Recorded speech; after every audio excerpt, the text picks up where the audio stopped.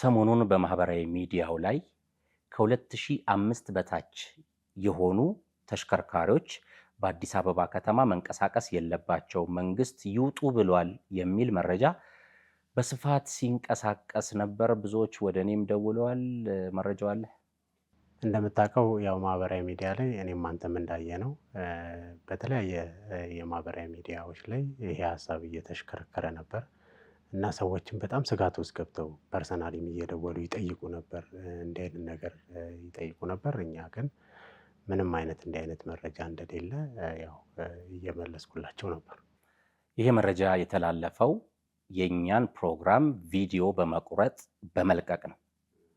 ታስታውስ ከነበረ የዛሬ ዓመት አካባቢ ልክ እንደ ዛሬው ከ2000 በታች ስሪት ያላቸው ተሽከርካሪዎች ከአዲስ አበባ ከተማ ይውጡ ተብለዋል፣ መንግስት ወስኗል የሚል መረጃ ተለቆ ነበር። ይህን የሰሙ ሰዎች እየደነገጡ ተሽከርካሪ መሸጥ ውስጥ ገቡ። ዋጋውም በጣም ወረደ። ሰዎች መደናገጥ ሲያጋጥማቸው እኛ ወደ ትራንስፖርትና ሎጂስቲክስ ሚኒስቴር በመሄድ የትራንስፖርትና ሎጂስቲክስ ሚኒስቴር ሚኒስትር ዲኤታውን አቶ በርሆ ሐሰንን እዚህ ስቱዲዮ ይዘናቸው መተን እንግዳ አድርገናቸው ነበር። ሚኒስትሩ በወቅቱ የተናገሩት ነገር ነበር። እንደዚህ እየተባለ ነው፣ ተሽከርካሪዎች በስሪት ዘመናቸው ከአዲስ አበባ ይውጡ ተብሏል ወይ ብለን ስንጠይቃቸው ያገለገሉ አሁንም ያገለግላሉ ብለው ነው ምላሻቸውን የጀመሩት። እስቲ ለማስታወስ ለተመልካቾች ከሱ ቪዲዮ ላይ የተወሰነውን አሳይተናቸው ስንመለስ ሐሳብ እንስጥበት። ከቅርብ ጊዜ ወዲህ ያረጁ ተሽከርካሪዎች ከከተማ በተለይ ከአዲስ አበባ ሊወጡ እንዲደረግ ነው የሚል ነገር እንሰማለን። ከዚህ ጋር በተያያዘ መንግስት እንደዚህ አይነት ስራ ለመስራት አቅዷል? መልካም። ያገለገሉ ይወጣሉ የሚለው ነገር ስህተት ነው። የለም፣ ያገለገሉ ያገለግላሉ አሁንም። ነገር ግን የማይካድ ሐቅ የእድሜ ገደብ ተፈጻሚ ይሆናል። የእድሜ ገደብ ተፈጻሚ የሚሆነው ደግሞ ለዜጎች ካለን ተቆርቋሪነት በመነሳት ነው። ዜጋ መጠበቅ ያለበት በሚገባው እድሜ ሬንጅ ውስጥ ያለ መኪና ነው መገልገል ያለበት። እሱን ቻሌንጂንግ ነው እረዳለሁ። ነገር ግን ደግሞ አለመተግበር አይሆንም። ለምሳሌ አዲስ አበባን የመሰለች ከተማ እየፈጠርን በዚህ ከተማ ውስጥ የማይመጥኑ ተሽከርካሪዎችን ይዘን የማይመጥኑ ማለት እድሜያቸው የማይፈቅድ ማለት ነው። የአገልግሎት ዘመን አለ። የተሽከርካሪዎች የሚያገለግሉበት የጤንነት ሂደት አለ። ጤንነቱም አጥቶ እድሜያቸውን ጨርሰው እዚህ ያገልግሉ ማለት ደግሞ በዜጋው ህይወትና ጤና ላይ መቀለድ ነው። ያ ደግሞ አይፈቀድም ማለት ነው እና እሱ ሂደት ስትራቴጂውን እቅዱን በእቅድ የተመራ ከሆነ ውስጥ ተግባራዊ ይሆናል። በቅርቡ ተግባራዊ ሊሆን ይችላል። ኦልሬዲ ጀምረናል። አደረጃጀት እየቀየረን ነው። ለምሳሌ የህዝብ ትራንስፖርት አደረጃጀት እየተቀየረ ነው። አዲስ የግል ንግድ አክሲዮን ማህበር ፒኤልሲ ይኖረናል። ሲኖረን አዳዲስ ባሶችን ያስገባሉ። ያረጁ ባሶች የምንላቸው እድሜያቸው የደረሱ ባሶችን አገልግሎታቸው 1 ኪሎ ሜትር ይቀንሳል። ሰርቪስ ያደርጉበት የነበረው ሀገር አቋራጭ ረጅም ርቀት ከሆነ መሸፈን አይችሉም። አጫጭር ኮንትራት ምናምን ሊሰሩ ይችላሉ። ስለዚህ አሰራሩ ነው ተግባራዊ የሚደረገው እንጂ በአንዴ የሚወረወር የሚጣል መኪና አይኖርም። ግን ሂደቱ ተፈጻሚ ይሆናል። እንደሰማኸው ሚኒስትር ዴኤታው እንደገለጹት ያገለገሉ አሁንም ያገለግላሉ ብለው ጀምረዋል። ነገር ግን የስሪት ዘመንን ታሳቢ አድርገን አደጋዎች እንዳይደርሱ ስራዎችን መስራት ላይ ግን እንገኛለን ብለዋል። እዚህ ላይ እኛ እንደ አንድ የአውቶሞቲቭ ፕሮግራም የራሳችንን ሀሳብ መስጠት ይኖርብናል። ዛሬ ላይ የ2026 ስሪት የሆነ ዘመናዊ ተሽከርካሪ በወቅቱ ሰርቪስ የማይደረግ መንገድ ላይ ይወጣል።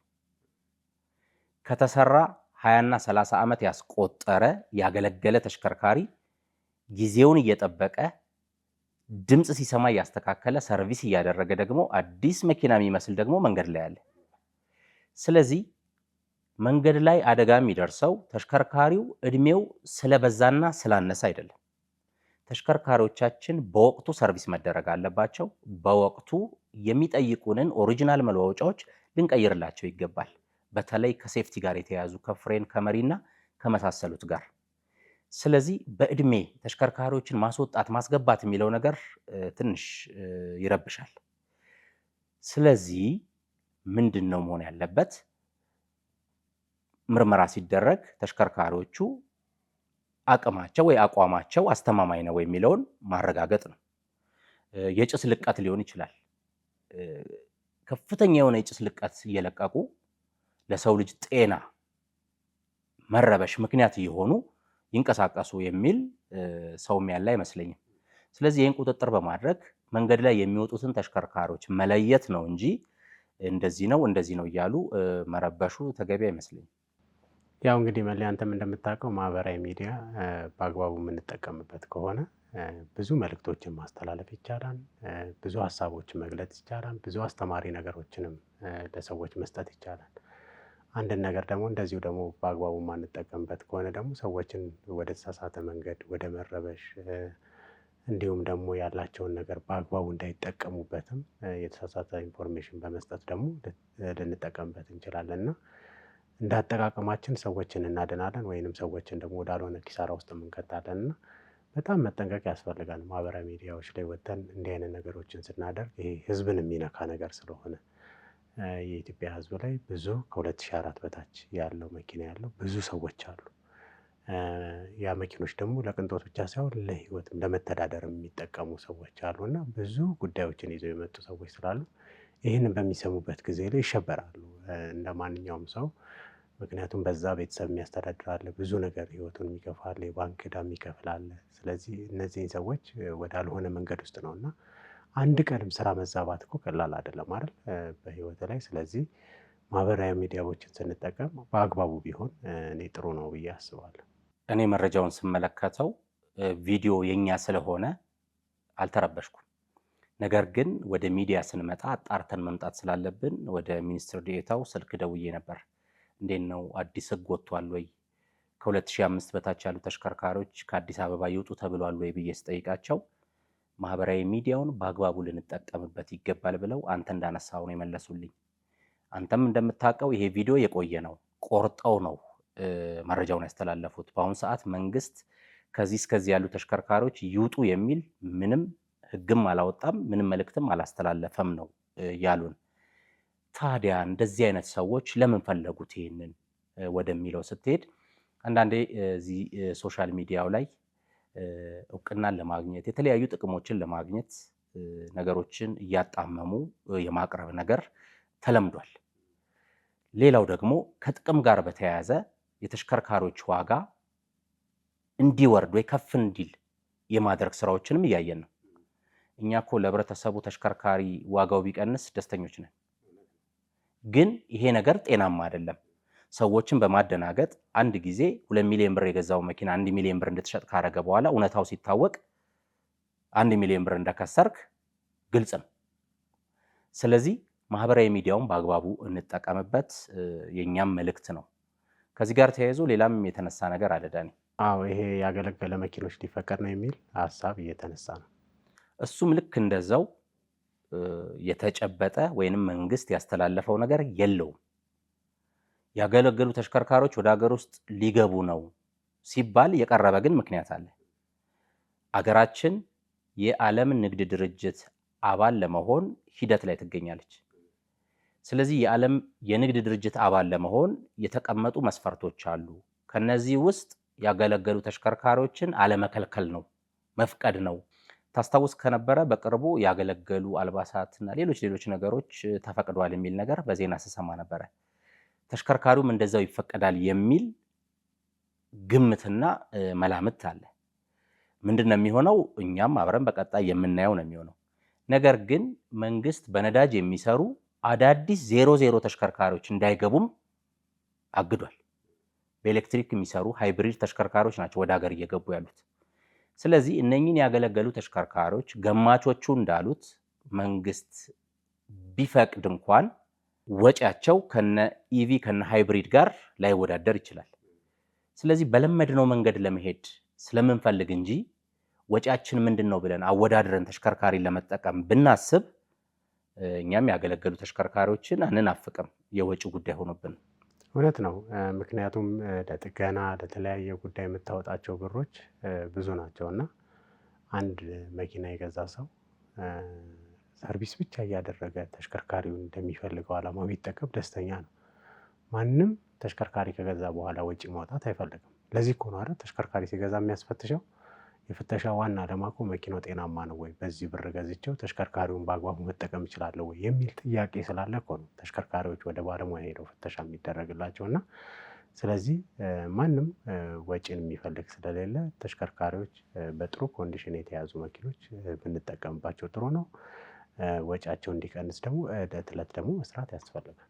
ከዚህ ጋር በተያያዘ የተጠቃሚውን ወጪ ለመቀነስ በነዳጅ የሚሰሩ ተሽከርካሪዎችን በኤሌክትሪክ እንዲሰሩ ለማድረግ፣ በተፈጥሮ ጋዝ እንዲሰሩ ለማድረግ እንቅስቃሴዎች አሉ፣ ፍላጎቶች አሉ። የትራንስፖርትና ሎጂስቲክስ ሚኒስቴር እነኚህ በነዳጅ የሚሰሩ ተሽከርካሪዎችን ወደ ተፈጥሮና ወደ ኤሌክትሪክ ለመቀየር የሚያስፈልገውን ኪት ከታክስ ነፃ ወደ ሀገር ውስጥ ሰዎች እንዲያስገቡ ስራዎችን እየሰራ እንደሚገኝ እናውቃለን። በቅርበት መረጃው አለን።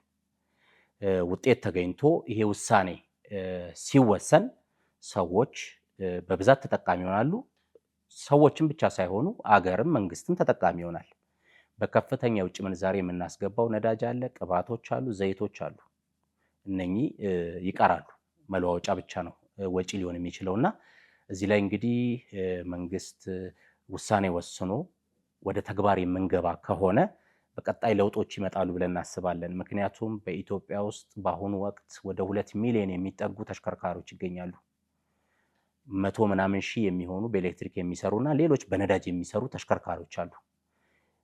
ብዙ ቁጥር ያላቸውን ተሽከርካሪዎች መቀየር ከተቻለ ጥሩ ነገር ይመጣል ብለን እናስባለን። ሰዎች ግን ለምንድን ነው መቀየር የሚፈልጉት? ወጪ ለመቀነስ፣ ድሮ የነበረው ወጪያቸው የሚወርድላቸው ከሆነ ነው። ስለዚህ ወጪያቸው በሚገዙት ነዳጅና በሚገዙት የኤሌክትሪክ ኃይል ብቻ መታየት የለበትም። ከነበረበት ወደ ሌላ ኃይል ሲወስዱ የሚያወጡት ወጪ ከፍተኛ ከሆነ ምን ወጪ አስወጣይ ሊሉም ይችላሉ። ይሄ እንዲቀንስላቸው እንደዚህ አይነት ውሳኔዎች ይወሰኑ የሚል እምነት አለን። ከዚህ ጋር አብሮ በተያያዘ ደግሞ ጋራዦች የሚሰሩባቸው መሳሪያዎች፣ ማሽኖች እንደዛው ከታክስ ነፃ እጃቸው ላይ እንዲገቡ። ምክንያቱም ኪት ብቻ አምጥተህ ተሽከርካሪ ልትሰራ አትችልም። ባለሙያ የሚሰራበት መሳሪያም አብሮ መታየት መቻል አለበት። ከዚህ ጋር ተያይዞ ዋናው ደግሞ በኤሌክትሪክ የሚሰሩ ተሽከርካሪዎች ላይ ሃይ ቮልቴጅ የምንለው ባትሪው እጅግ በጣም ውድ ነው። እሱም መታየት አለበት። እውነት ነው መለይ። እንግዲህ ከዚህ ከኪቱ ጋር የተያዘ መንግስት እንግዲህ አተኩሮ ሊሰራበት ሌላው የሚጠበቅበት ከዚህ በፊትም እንዳነሳ ነው ከቀረጽ ነፃ የሚገባበትን ሁኔታ እንግዲህ በዚህ በፕሮግራማችን ላይም ሰርተ ነው መንግስት እንዲህ አይነት ማበረታቻዎች ሊያደርግ እንደሚገባ አንስተን ነበር። ሌላ በዛ ወቅት ላይ አንስተ ነው የነበረው ሀሳብ አሁንም ልንደግሞ የሚያስፈልገው የሚገቡት እቃዎች ኳሊቲያቸው ቼክ መደረግ እንዳለባቸው። ማንም ተነስቶ የሚያመጣው እቃ ርካሽና የሆነ ነገር ለአሁን ዋጋው እንዲቀንስለት ግን ነገ አገልግሎት መስጠት የማይችል እቃ እያመጣ ተሽከርካሪዎቹን ወደዚህ ከቀየርክ በኋላ ሰዎች ነገ ተነስተው ደግሞ ያንን ለማስጠገን ድጋሚ ደግሞ ወጪ የሚያወጡ ከሆነ አሁንም የሀገር ሀብት ብክነት ነው። ሰዎችም ከነበረባቸው ነገሮች ላይ ሌላ ወጪ ማስወጣት ነው እና የሚገቡት እቃዎች ስታንዳርዳቸው የጠበቀ እንዲሆኑ ኳሊቲ ቴስት የሚደረጉበትን መንገድ መንግስት አብሮ ማየት ይጠበቅበታል። ከተቻለ መንግስት ጥናት አድርጎ እቃዎቹ ከዚህ ካምፓኒዎች እንዲገቡ የሚል አይነት ደግሞ ኢንፎርሜሽንን ለህዝቡ መስጠት። ኢንፎርሜሽን እንጂ ማስገደድ አይደለም። ግን ለምሳሌ አሁን እንትን ባትሪ ስትል ባትሪ አምራቾች የተለያዩ ይኖራሉ። ከዛ አፕሩቭድ የተደረጉ በጣም የተመሰከረላቸው ባትሪ አምራቾች ይኖራሉ።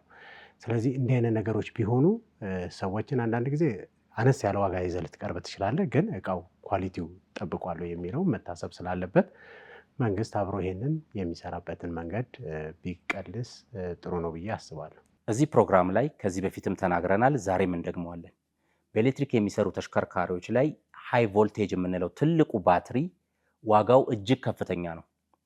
የተሽከርካሪውን ግማሽ ወጪ ባትሪው ያወጣል ብለናል።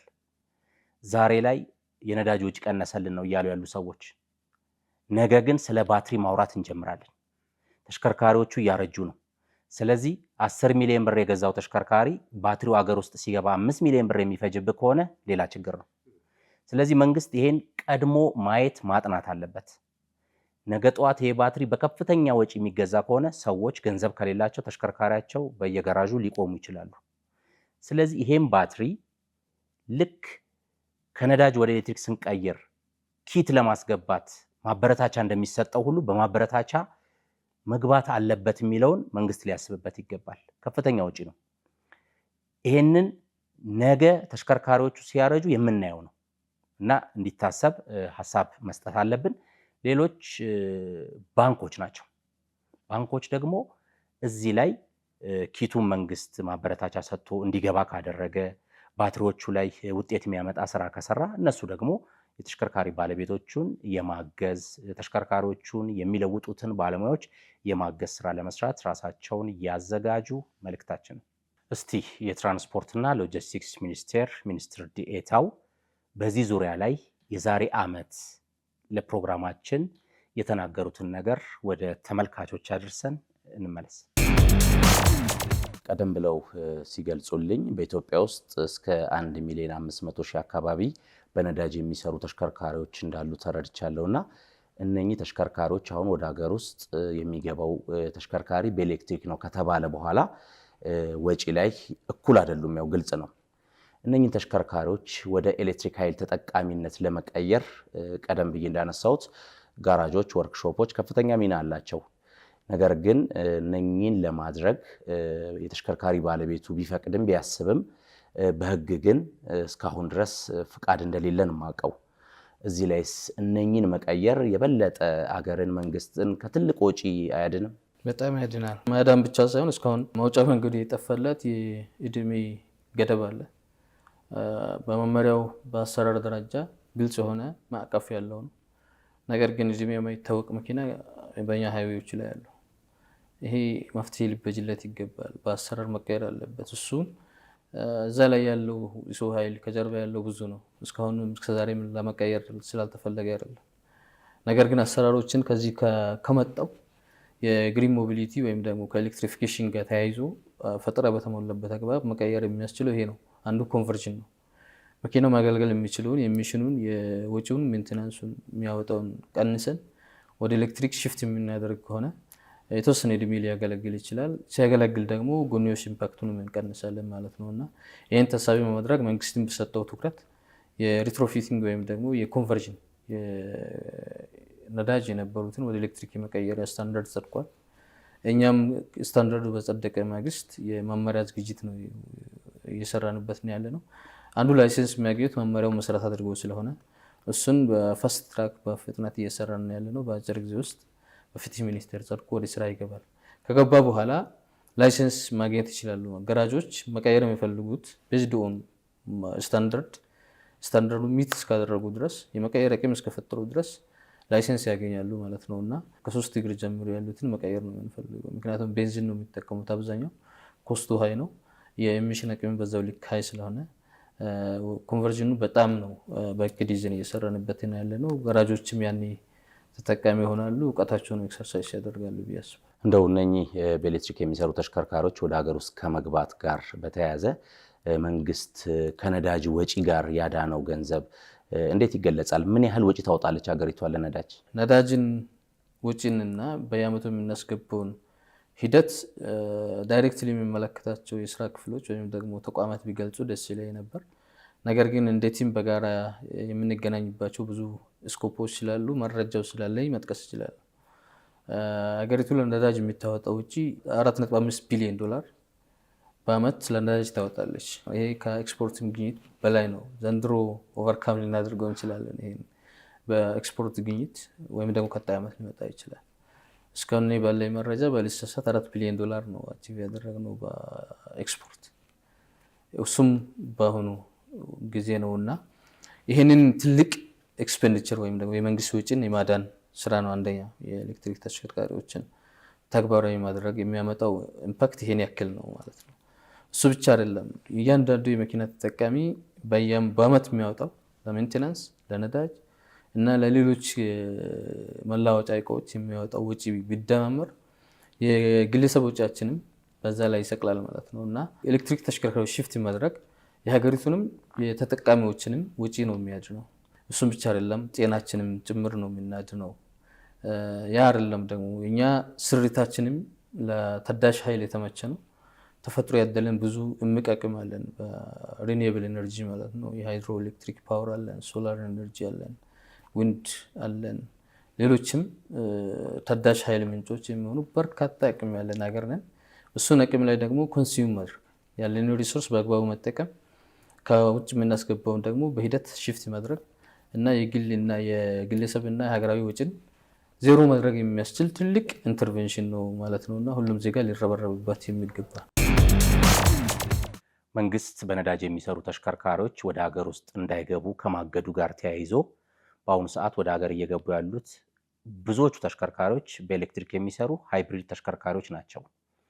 ከዚህ ጋር በተገናኘ መሸጫ ቤቶቻችንም በብዛት ኤሌክትሪክ ተሽከርካሪዎች ናቸው የሚታዩባቸው። ሰዎች ግን እነኝን ተሽከርካሪ ሲገዙ በቂ መረጃ ካለማግኘት ጋር በተያያዘ እየደነገጡ በኤሌክትሪክ የሚሰራ ተሽከርካሪ ይገዛሉ፣ አልነሳ ይላቸዋል፣ ጸጥ ይላል። በዚህ ወቅት ባትሪው ችግር አለው፣ ብዙ ሚሊዮን አውጥቼ ይላሉ። ወደ ወርክሾፕ ሄዶ ተሽከርካሪው ሲታይ ችግሩ ግን የትልቁ የሃይ ቮልቴጅ ባትሪው አይደለም። እስቲ እዚህ ላይ መረጃ እንስጥበት። በጣም ጥሩ መለይ። እንግዲህ አንዳንድ የኤሌክትሪክ ኃይል ተሽከርካሪዎች ወደብ ላይ በመቆየት በተለያየ ምክንያቶች ወደ መሸጫ ቤቶች ላይ በመቆየት የዚህ የሎ ቮልቴጅ ባትሪ የምንለው አክሰሰሪውን የሚያበራው ትንሿ ባትሪ 12 ቮልቷ ማለት ነች። እሷ በተለያየ ምክንያት በመድከም ተሽከርካሪውን ባለቤቶቹ ከገዙት በኋላ ቤታቸው አንድ ሁለት ቀን ሲያቆሙ ምናምን እንደ ማንኛውም ተሽከርካሪ ባትሪ ድሬን እያደረገ እያስቸገራቸው የተለያየ ጭንቀት ውስጥ ሲገቡ ይታያሉ። አንዳንድ ደግሞ ተሽከርካሪዎች ደግሞ አዲስ ሆነው ደግሞ የሪሰንት ሞዴሎች ሆነው ተሽከርካሪውን ሺፕ ሲደረግ ወይንም ይሄ በሚጫንበት ጊዜ ከዛ የሚልኩት አካላቶች ባትሪውን አላልተው ይልኩታል። ምክንያቱም በቀላሉ ነቅለው ስለሚልኩት እዚህ ሲመጣ ሲያወርዱት መኪናው ምናምን በተለያየ ምክንያት ላይ ዝም ብለው ፖሏን ብቻ ይሰኳታል። ስለዚህ ተርሚናሏን ሰክቷት ተሽከርካሪውን አንተ በምታሽከረክርበት ጊዜ ላይ ስለሚነቃነቅ የሆነ ቦታ ላይ ተነቃንቆ ጸጥ ይላል፣ የሆነ ሰዓት ላይ ይነሳላል እና እንዲህ አይነት ደግሞ የሚያጋጥማቸው አሉ። ይሄ እንግዲህ በጣም ብዙ የኤሌክትሪክ ኃይል ተጠቃሚ ተሽከርካሪዎች ናቸው። ይሄ ባትሪው መቀየር አይፈልግም፣ ማጥበቅ ብቻ የሚደረግ ነው እና አዲስ መኪና በአሁኑ ሰዓት ይህን ፕሮግራም እየሰሙ ያሉ ሰዎች እንዲህ አይነት መኪናዎች አዲስ እንደገዙት እንደዚህ ይሄ አንዴ መነሳት አንዴ ያለመነሳት ቢያጋጥማቸው በቀላሉ የተሽከርካሪው ባትሪ የሚገኘው በኋለኛው የወንበር ክፍል ላይ ነው ያለው እና ስለዚህ የኋለኛው መቀመጫ ወንበር ስር ቀና በማድረግ በራሳቸው ማጥበቅ የሚችሉት ጉዳይ ስለሆነ ይሄ በደንብ ሊታወቅ ያስፈልጋል እና አንዳንድ ጭንቀቱ ሰዎች እንዳይገቡ ማለት ነው። ያኛው ግን ከቆይታ ብዛት ደግሞ መቀየር የሚገባው ደግሞ አነስተኛው ባትሪ ይቀየራል ማለት ነው። የባትሪው ቦታ እንደየተሽከርካሪው ሊለያይ ይችላል። በአብዛኛው እንዳልከው ወንበሩ ስር ይገኛል።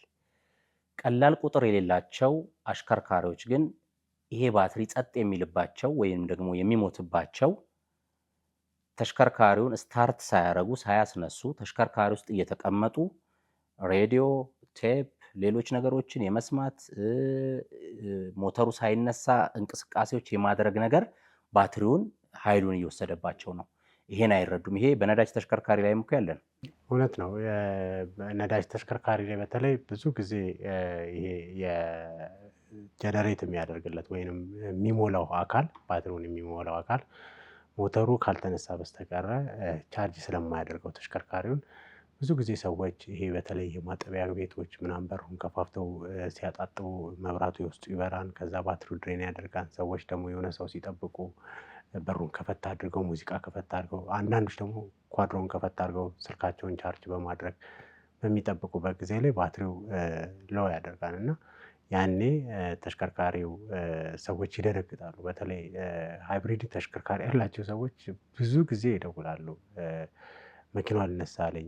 የመጀመሪያው ጥያቄ ስልክ ቻርጅ እያደረገ ነበር፣ እንደዚህ ነበር። አዎ በቃ ያው ባትሪው እንደሆነ ስለሚገባ ባትሪ ማግኘት የሚችል ከሆነ እንዴት አድርጎ ቡስት አድርጎ ማስነሳት እንዳለበት ነግረናቸው እንዲያስነሱ እናደርጋቸዋለን እና ይሄ ሰዎች መደናገጥ የለባቸውም። ስለዚህ አንተም እንደጠቀስከው ደግሞ እነዚህን ነገሮች ደግሞ ተሽከርካሪ ውስጥ ቁጭ ብለው ኢንጂኑ ሳይነሳ ወይንም የሆነ ነገር ሳይሆን አለመጠቀምን ሁልጊዜ ነው። ስለዚህ በነዳጅ የሚስራ በኤሌክትሪክ የሚስራ ኢንጂን ወይንም ደግሞ ሞተሩ ስታርት ሳይደረግ ሌሎች ኃይል የሚወስዱ ነገሮችን ቻርጅ የሚሆን ሌሎችን መጠቀም ተገቢ አይደለም። ጋራጅ ተሽከርካሪው ሲሰራ ለምሳሌ ቦዲ ሲሰራ፣ ቀለም ሲሰራ፣ በር መክፈት፣ ሞተሩ ሳይነሳ ኢንጂኑ ሳይነሳ ባትሪውን ይበለዋል። ሲታጠብ እነኝን መጠንቀቅ ያስፈልጋል ነው የኛ መልእክት።